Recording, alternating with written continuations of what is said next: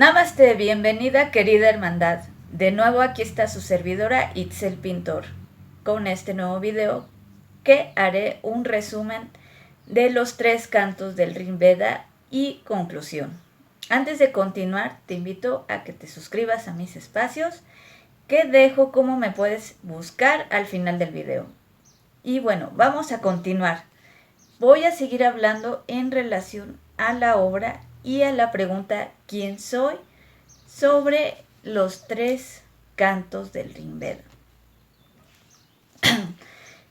¿Cuál fue el primer canto? El de la palabra o el sonido sagrado, que así yo lo traduje. La palabra sagrada viene en este libro así llamado, que es el Mandala 7, canto 71. El segundo es el del que lo tradujo el autor traductor como el hombre, pero yo lo traduje como el ser, que es el canto 90 del Mandala 10. Y el que se llama el principio, que es el canto 129, igual Mandala 10. Todos los 3 están en el mismo Mandala. Bueno, si nos ponemos a leer los 3 juntos en una sentada, realmente, como había dicho antes, y lo repito y lo vuelvo a repetir, son cantos que tiene uno que estarlos leyendo constantemente, reflexionando constantemente, porque encuentras nuevas cosas cada vez que los lees y tratas de comprender más cosas. Puede ir desde tu percepción muy personal hasta toda una concepción cósmica, una cosmovisión, y eso es lo maravilloso de estos cantos. ¿Y qué relación tienen con la obra? Te preguntarás.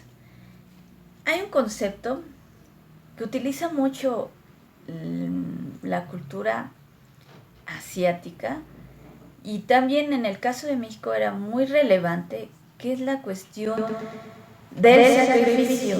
Y que lo interesante de esto es que tú, si quieres comprender un origen universal como muy cíclico, particularmente cíclico de inicio fin relacionados con nacimiento o muerte, de fidelidad, por ejemplo, lealtad, amistad, sabiduría, en un sentido de utilizar las palabras correctas, y también de equilibrio. Estos 3 cantos te dan esa armonía necesaria, y que puede ser incluso un poquito, a veces como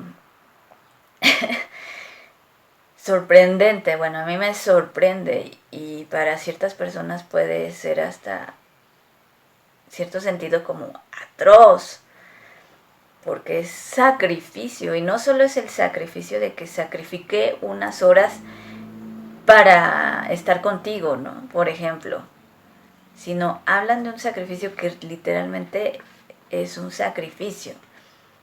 Entonces, ¿en qué? Por ejemplo, en las culturas antes de la llegada de los españoles aquí a México, había estos sacrificios a corazón abierto humano y todo eso. Bueno, aquí, por ejemplo, el canto del hombre, que así lo tradujo el traductor, que yo le digo el del ser, la parte que no les leí, hay una parte que es bastante fuerte y habla de un origen universal sumamente interesante, donde tiene que ver con esta cuestión de que realmente no es tanto esta creación de, por ejemplo, en mi caso, que me pongo a dibujar y todo eso, sino es un ser que se avienta a un fuego sacrificial y van desmembrando su cuerpo, y de ahí se genera todo. Por ejemplo, esta parte dice: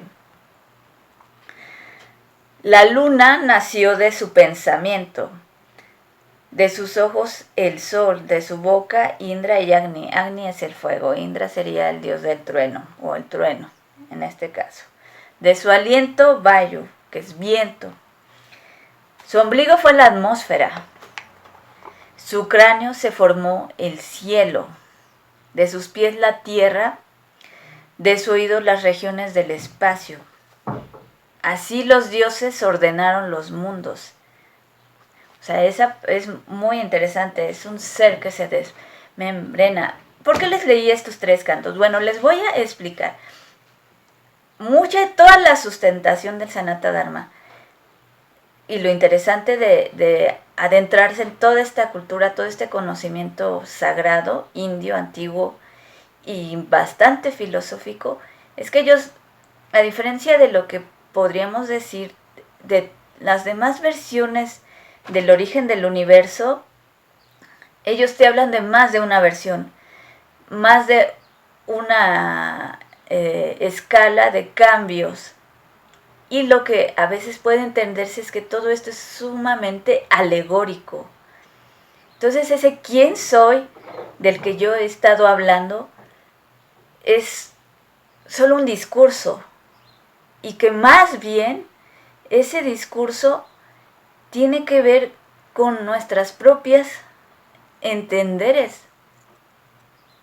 Y no solo a nivel de los sentidos, percepción sensitiva, que en toda esta cultura le dicen indrayis, sino tiene que ver más allá de, porque ellos explican que hay 2 divisiones mentales. Está la de manas, que es la mente perceptiva y que divide lo que perciben nuestros sentidos, y está buddhi, que de ahí viene la palabra Buda, de que no solo lo percibes y divides, sino también agarras y consideras lo que es más sensato, por así decirlo, lo que es más inteligente. De ahí que buddhi es inteligencia. Entonces la inteligencia, a diferencia de la mente normal, la inteligencia es la que va a considerar lo que es algo que te lleva a un estado de conciencia superior, o sea, lo mejor. Y es cuando tomamos las decisiones correctas. Entonces quién soy, entender el origen universal, es más allá de solo un estado de, se generó el universo a nivel de un Big Bang, de un cambio químico. No, ellos lo alegorizan, pero también explican que te hace entender que es una unión de un todo dentro de ti, pero también fuera de ti, y tú eres parte de él y a la vez no lo eres. Eso es lo interesante, es lo rico de esta cultura. O sea, en el que les leí ayer, estos cuestionamientos, el primero, porque así le dicen Ek, ¿no? El primero que empezó a hacer todo y se dio cuenta que tal vez no está ahí, o sí está ahí. Entonces ahí te hablan de otra versión de origen universal. Hay algunos teóricos que han considerado que más bien eran muchas personas que discernían y de ahí lo fueron pasando de boca en boca, y había estos debates, porque como India tiene esa cultura de los debates, de hecho el señor Buda estaba dentro de esos debates. Siempre hablan mucho de sus discursos, pero realmente dio él muy poquitos discursos. Realmente era el mismo discurso que lo estuvo expandiendo en toda India. Bueno, de hecho solo en el norte de India, no llegó al sur. Hubiera sido interesante ver, y eso sucede porque hay una zona montañosa muy pesada a la mitad de India. Es interesante porque tienen los Himalayas y también tienen esta zona montañosa muy alta que no permite el flujo tan libre, que también se considera sagrada. Entonces, realmente sí, o sea, se dedicó unos dicen que murió a los 80 y otros, como su servidora, a los 40. Entonces, bueno, el rollo es que estos 3 cantos del quién soy es parte de toda esta cuestión que tuvo la India y sigue teniendo, de debatir sobre entender que el origen universal no solo es uno, sino todo es cíclico y es escala de, ¿cómo decirlo? Es que no se me ocurre ahorita la palabra, pero sería como de acierto y error. Eso es lo interesante. Aquí no te hablan de que el ser superior, universal, se puso a hacer en tantos días. No, aquí te dicen que no solo es uno, sino es una multiplicidad y hubo diferentes intercambios para que se generara lo que conocemos. Y tiene su lógica si nos ponemos a ver las explicaciones científicas de que todo fue un proceso paulatino. Entonces ese quién soy, la respuesta de conclusión puede ser decir, ¿quién soy? Somos todo, pero a la vez no somos nada. Porque somos todo, porque todo nos conforma y nosotros conformamos el todo.